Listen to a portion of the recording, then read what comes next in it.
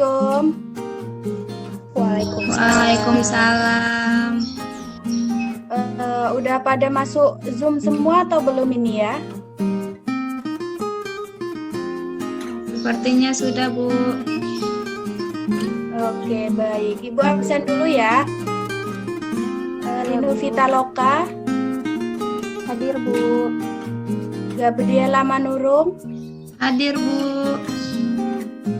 Melati Zuliani. Hadir, Bu. Anida Izzatul Jannah. Hadir, Bu. Iya, bagus. Hadir semua ya. Untuk pertemuan minggu lalu, untuk sebelumnya, sebelum memulai pembelajaran, ada baiknya kita berdoa dulu ya. Untuk yang memimpin doa, Ibu minta kepada Melati Zuliani untuk memimpin doanya. Baik, untuk memulai pelajaran hari ini, kita berdoa terlebih dahulu menurut kepercayaan masing-masing. Berdoa dimulai. Berdoa selesai. Ya, terima kasih ya Melati. Ya, Bu. Nah, untuk pertemuan minggu kemarin, Ibu sudah menjelaskan tentang keanekaragaman hayati. Nah, sudah paham semua tentang keanekaragaman hayati? Oke, sepertinya udah paham semua ya. Nah, untuk pertemuan minggu ini, Ibu akan menjelaskan tentang klasifikasi makhluk hidup. Nah, sebelumnya, apa itu yang dimaksud dengan klasifikasi makhluk hidup? Di sini ada yang tahu apa itu klasifikasi makhluk hidup?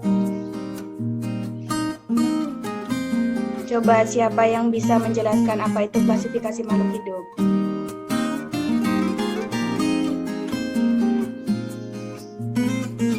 Belum tahu, Bu. Oke, jika belum tahu Ibu jelaskan ya. Nah, klasifikasi makhluk hidup itu adalah cara pengelompokan atau penggolongan dan pemberian nama pada makhluk hidup berdasarkan persamaan dan perbedaan ciri-cirinya. Nah, ilmu dalam klasifikasi makhluk hidup ini yang mempelajari tentang pengelompokan makhluk hidup berdasarkan ciri-cirinya itu disebut dengan taksonomi. Nah, Bapak taksonomi itu dikenal adalah Bapak Carl von Linné atau lebih dikenal dengan nama Carolus Linné pada tahun 1708 sampai 1778. Nah, untuk selanjutnya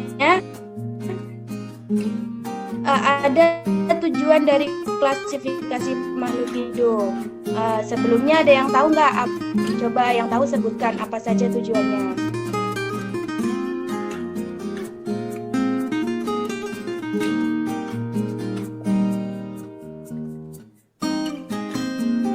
Ada yang tahu? Pengelompokan, Bu. Pengelompokan, iya. Yang lain? Mungkin untuk memudahkan antara makhluk hidup yang satu dengan makhluk hidup yang lainnya, Bu. Iya, benar ya, untuk memudahkan dalam mempelajari dan mengenal berbagai macam makhluk hidup. Itu salah satu tujuan dari klasifikasi makhluk hidup. Nah, untuk tujuan selanjutnya itu untuk mengetahui hubungan kekerabatan antar makhluk hidup. Selanjutnya itu untuk mengetahui manfaat makhluk hidup untuk kepentingan manusia. Nah, yang keempat, tujuan dari klasifikasi makhluk hidup itu untuk mengetahui adanya saling ketergantungan antar makhluk hidup. Selanjutnya yaitu ada jenis-jenis dari klasifikasi makhluk hidup. Nah, dasar dari klasifikasi ini adalah persamaan dan perbedaan ciri makhluk hidup. Nah, untuk jenis dari klasifikasi makhluk hidup ini ada 3D-nya ya. 3D-nya yaitu Abu Philo. Nah, A itu untuk klasifikasi makhluk hidup alami. Nah, yang Bu itu untuk klasifikasi buatan. Nah, yang Philo itu untuk klasifikasi makhluk hidup filogenik. di mana yang klasifikasi makhluk hidup alami ini berdasarkan morfologi, anatomi, dan fisiologinya. Selanjutnya yang klasifikasi makhluk hidup buatan itu berdasarkan persamaan ciri dari morfologi yang mudah dilihat. Nah, sedangkan klasifikasi makhluk hidup yang filogenik itu berdasarkan sejarah dari evolusi klasifikasi itu sendiri. Nah, selanjutnya itu ada manfaat dari klasifikasi makhluk hidup. Manfaatnya hampir sama dengan tujuan ya, yaitu mempermudah untuk mempelajari makhluk hidup, mengenal berbagai spesies makhluk hidup, mengetahui keanekaragaman hayati, dan mempermudah cara pelestarian makhluk hidup. Nah, ini merupakan jenjang takson dari makhluk hidup. Yang pertama urutannya itu ada kingdom atau kerajaan, ada phylum itu sebagai bagian atau keluarga besar ya. Terus klasis itu termasuk kelas, terus ordo itu termasuk bangsa, family itu suku, genus itu marga, dan jenis itu disebut dengan spesies. Nah, ini contohnya, contoh dari jenjang takson tadi. Nah, kingdom itu pada hewan, phylum itu ada chordata, subphylum itu vertebrata, kelas mamalia, carnivora, family Canidae, terus genus Canis, terus spesies Canis familiaris. Nah, yang ini contoh dari tumbuhan ya. Kalau kerajaan dari tumbuhan itu disebut dengan plantae. Divisi, kalau tadi pada hewan disebut dengan phylum, kalau pada tumbuhan disebut dengan divisi. Nah, divisionya adalah spermatofita, kelas Angiospermae, kemudian ada ordo Leguminosae, nah ada family Papilionaceae, ada genus Phaseolus, ada spesies Phaseolus vulgaris. Nah, sampai di sini ada yang mau ditanyakan?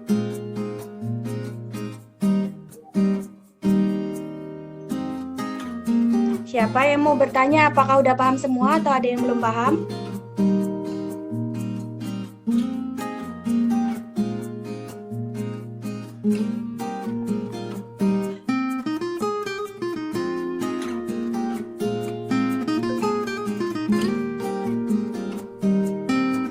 Sudah paham semua ya? Sudah, Bu. Kalau sudah paham, kalau nggak ada yang bertanya, Ibu yang bertanya ya. Nah, tadi Ibu sudah menjelaskan tentang jenis-jenis dari klasifikasi. Nah, apa saja contoh dari klasifikasi alami, klasifikasi buatan, dan klasifikasi filogenik? Nah, jika kalian sudah paham, siapa yang bisa menjawab?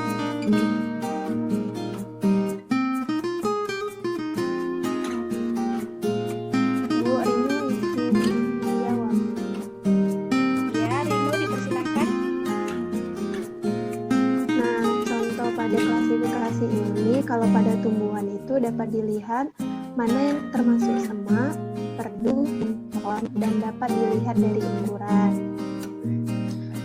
Kemudian contoh klasifikasi alami pada hewan itu misalnya ada yang hidup di darat dan ada yang hidup di perairan. Yang kedua yaitu contoh dari klasifikasi buatan. Kalau pada tumbuhan itu ada tanaman obat, ada tanaman hias, dan ada tanaman sayur. Yang ketiga, klasifikasi filogenik.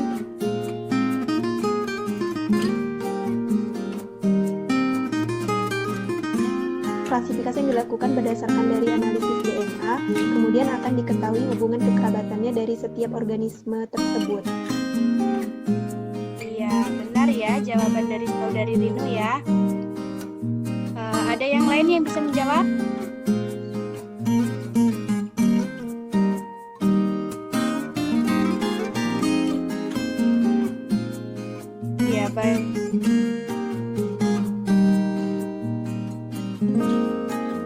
Baik, jawaban jawaban dari saudari Rino tadi sudah tepat ya, hampir habis. Kita cukupkan saja materi kita sampai sini saja ya. Kita lanjutkan untuk pertemuan selanjutnya. Nah, dari pembelajaran hari ini, siapa yang bisa menyimpulkan? Saya Bu izin menyimpulkan. Nah, ya baik, saudari Gaby, dipersilahkan. Nah, jadi kesimpulan dari pembelajaran kita hari ini, hari ini kan kita belajar tentang klasifikasi makhluk hidup. Jadi klasifikasi makhluk hidup itu merupakan pengelompokan makhluk hidup dan pemberian nama pada makhluk hidup berdasarkan persamaan dan ciri-cirinya. Nah, tujuannya itu agar kita akan dapat mempermudah dalam mempelajari dan mengenali makhluk hidup tersebut. Begitu, Bu. Iya, bagus sekali saudari Gaby. Nah, jadi itu kesimpulan dari pembelajaran kita hari ini ya. Baik, karena waktunya sudah hampir habis.